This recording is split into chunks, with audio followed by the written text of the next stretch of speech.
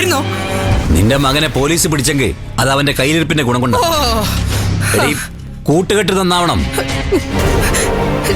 അച്ഛാ, തർക്കിച്ചിക്കാതെ അരവിന്ദിനെ പോയി എങ്ങനെയെങ്കിലും ഒന്ന് ഇറക്കാൻ നോക്കച്ച. മോഷണ കേസിന് ജാമ്യം എടുക്കാൻ പോയി നാണം കടാറെന്ന് എന്നെ കിട്ടില്ല. അതിനൊക്കെ പറ്റിയത് നിന്റെ കെട്ടിയവനെ പോലെ ഇടതും വലുതും അറിയാത്ത നാണം കെട്ട രാഷ്ട്രീയക്കാരാ. വെള്ളയും വെള്ളം ഇട്ടൊക്കെ നിൽക്കല്ലേ. അങ്ങോട്ട് പറഞ്ഞോ, വലിയ പിടിപാടുള്ള ആളാ, എന്തും സാധിച്ചു തരും.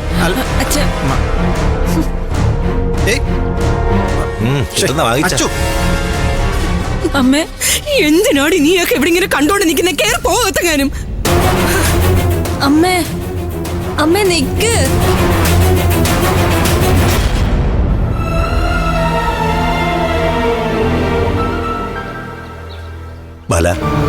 ബാലിനോട് ശേഷം വരെ ഒന്ന് പോകാമായിരുന്നു.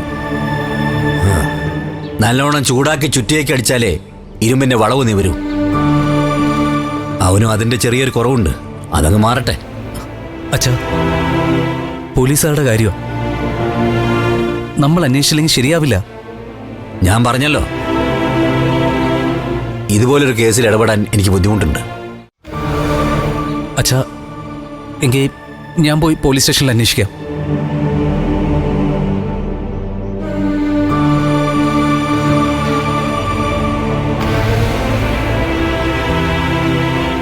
മോൻ പോയിട്ട് വാ.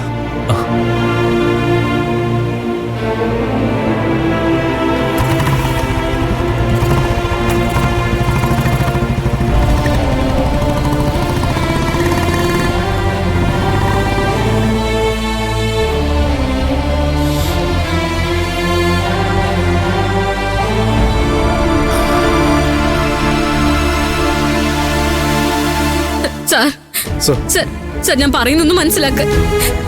അരവിന്ദ് ഏട്ടന് ഈ കേസുമായിട്ട് യാതൊരു ബന്ധവുമില്ല സർ. കുട്ടി, അതെങ്ങനെ ഉറപ്പിച്ച് പറയാൻ പറ്റും?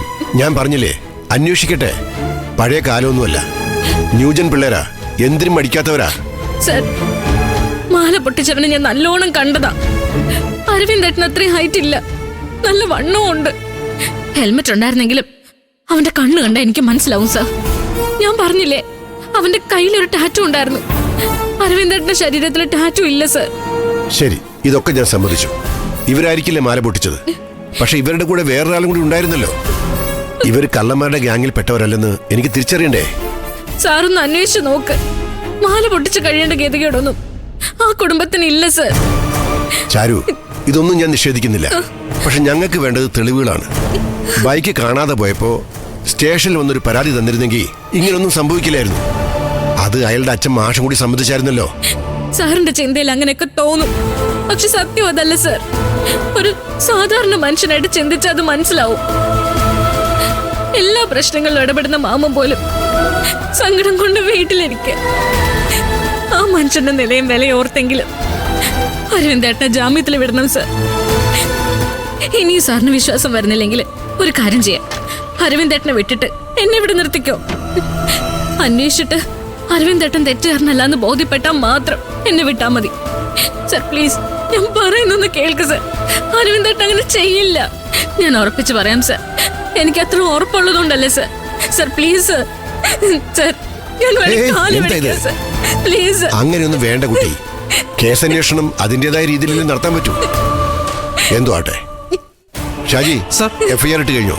റെഡിയാവുന്നു സർ. FIR എഴുതി കഴിഞ്ഞിട്ട് ഞാൻ വിട്ടോളാം. കുട്ടി വയ്ക്കോ. ഞാൻ സാറിനെ വിശ്വസിച്ചോട്ടെ. ധൈര്യമായിട്ട് പോ.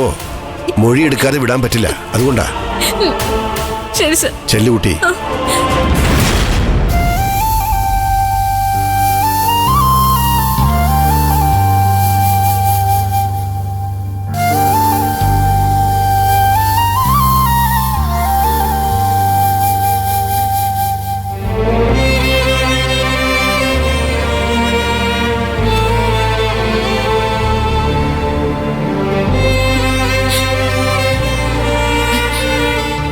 അരവിന്ദേട്ടന് ഉടനെ വിടാന്ന് പറഞ്ഞിട്ടുണ്ട്. ഞാൻ കേട്ടു. ഞാൻ പോയിക്കോട്ടെ. ഞാൻ ഡ്രോപ്പ് ചെയ്യാം. വേണ്ട, ഞാൻ പോയിക്കോളാം.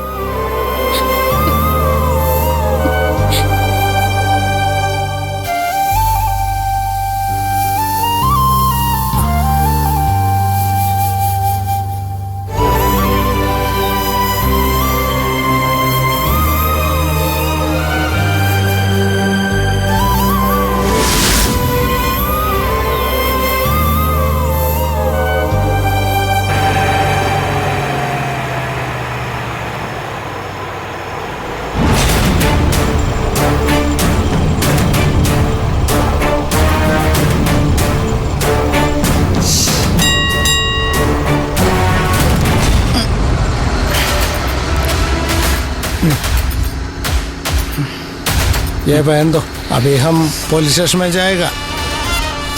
ഓട്രാ, നമ്മളിവിടെ ആർക്കും അറിയില്ലല്ലോ.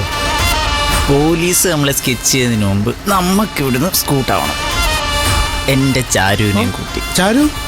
कौन चारू?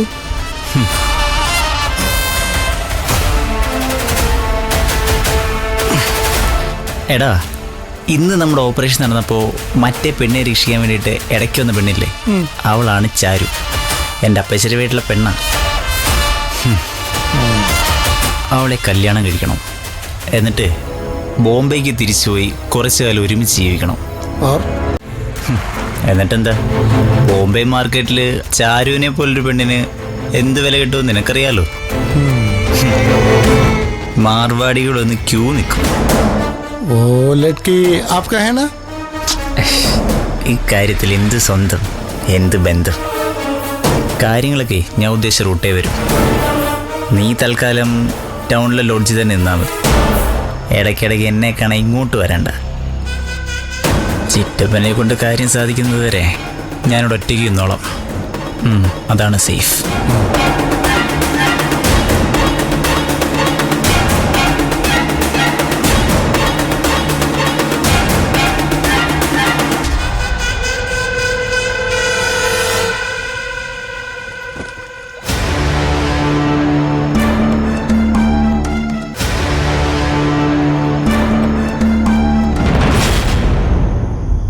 അല്ല സാറേ, അവനൊന്നും ചെയ്തിട്ടില്ല.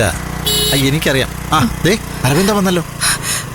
മോനെ ശരിടാ അളിയാ, ഞാൻ മക്കളെ. ബുദ്ധിമുട്ടൊന്നും ഉണ്ടായില്ലല്ലോ അല്ലേ? ഞാനൊരു വക്കീലിനെ അങ്ങോട്ട് പറഞ്ഞയച്ചിരുന്നു. ആരെ? ഏത് വക്കീല്? എടാ ഞാനവിടെ ആരെയും കണ്ടില്ല. ഒരിക്കലും എന്റെ കാര്യത്തിന് വന്നതുമില്ല. മക്കൾ, നിന്നെ ഉപദ്രവിച്ചൊന്നുമില്ലല്ലോ? ഇല്ലമ്മേ, ഞാൻ തെറ്റൊന്നും ചെയ്തിട്ടില്ലല്ലോ. അമ്മ എന്തിനാ ഇങ്ങനെ കരയുന്നേ? കരയാതെ. കുഴപ്പമൊന്നുമില്ലല്ലോ മോനെ, നിന്നെ ആരും തല്ലിയില്ലല്ലോ. ഇല്ലെന്ന് പറഞ്ഞില്ലേ? അല്ലെങ്കിൽ തന്നെ ഈ വീട്ടിൽ എന്റെ കാര്യങ്ങൾ നോക്കാൻ ആരാ ഉള്ളത്? ഞാൻ ഈ വീട്ടിലൊരു അധികപ്പറ്റല്ലേ? മോനെ, എന്തിനാടാ നീ ഇങ്ങനെയൊക്കെ പറയുന്നത്? നിനക്ക് ആരുമില്ലെങ്കിൽ അമ്മയില്ലേടാ? അതെനിക്ക് അറിയാം അമ്മേ. ഞാൻ കുറ്റക്കാരനല്ലെന്ന് കണ്ടുകൊണ്ട് അവരെന്നെ വെറുതെ വിട്ടതാ. അല്ലാതെ ആരുടെ സഹായമൊന്നും എനിക്ക് കിട്ടിയിട്ടില്ല. ഞാനത് പ്രതീക്ഷിക്കുന്നുമില്ല. എടാ ഗോവിന്ദ, ഇതുപോലുള്ള കാര്യങ്ങൾക്ക് ആരും സപ്പോർട്ട് ചെയ്യില്ല എന്ന് പറഞ്ഞു കൊടുക്കുക. കുറ്റക്കാരനല്ലെന്ന് തെളിയിച്ച് വെളിയിൽ വന്നെങ്കിൽ ഇനിയെങ്കിലും ഇമാതിരി പരിപാടിക്ക് പോകരുതെന്ന് പറ. എന്റെ മോനെ സഹായിക്കാനുള്ള മനസ്സോ നിങ്ങൾക്കില്ല. പിന്നെ ആർക്ക് വേണം നിങ്ങളുടെ ഉപദേശം? ദേ, എന്നും ഇങ്ങനെ ആയിരിക്കും നിങ്ങൾ കരുതല്ലേ. ഞങ്ങൾക്കൊരു നല്ല കാര്യം വരും, നിങ്ങൾക്കൊരാവശ്യം വരുമ്പോഴുണ്ടല്ലോ, ഞങ്ങൾ ഇതുപോലെ കയ്യും കെട്ടി മേലോട്ട് നോക്കി അങ്ങ് ഇരിക്കും. ഓർത്തോ നിങ്ങൾ?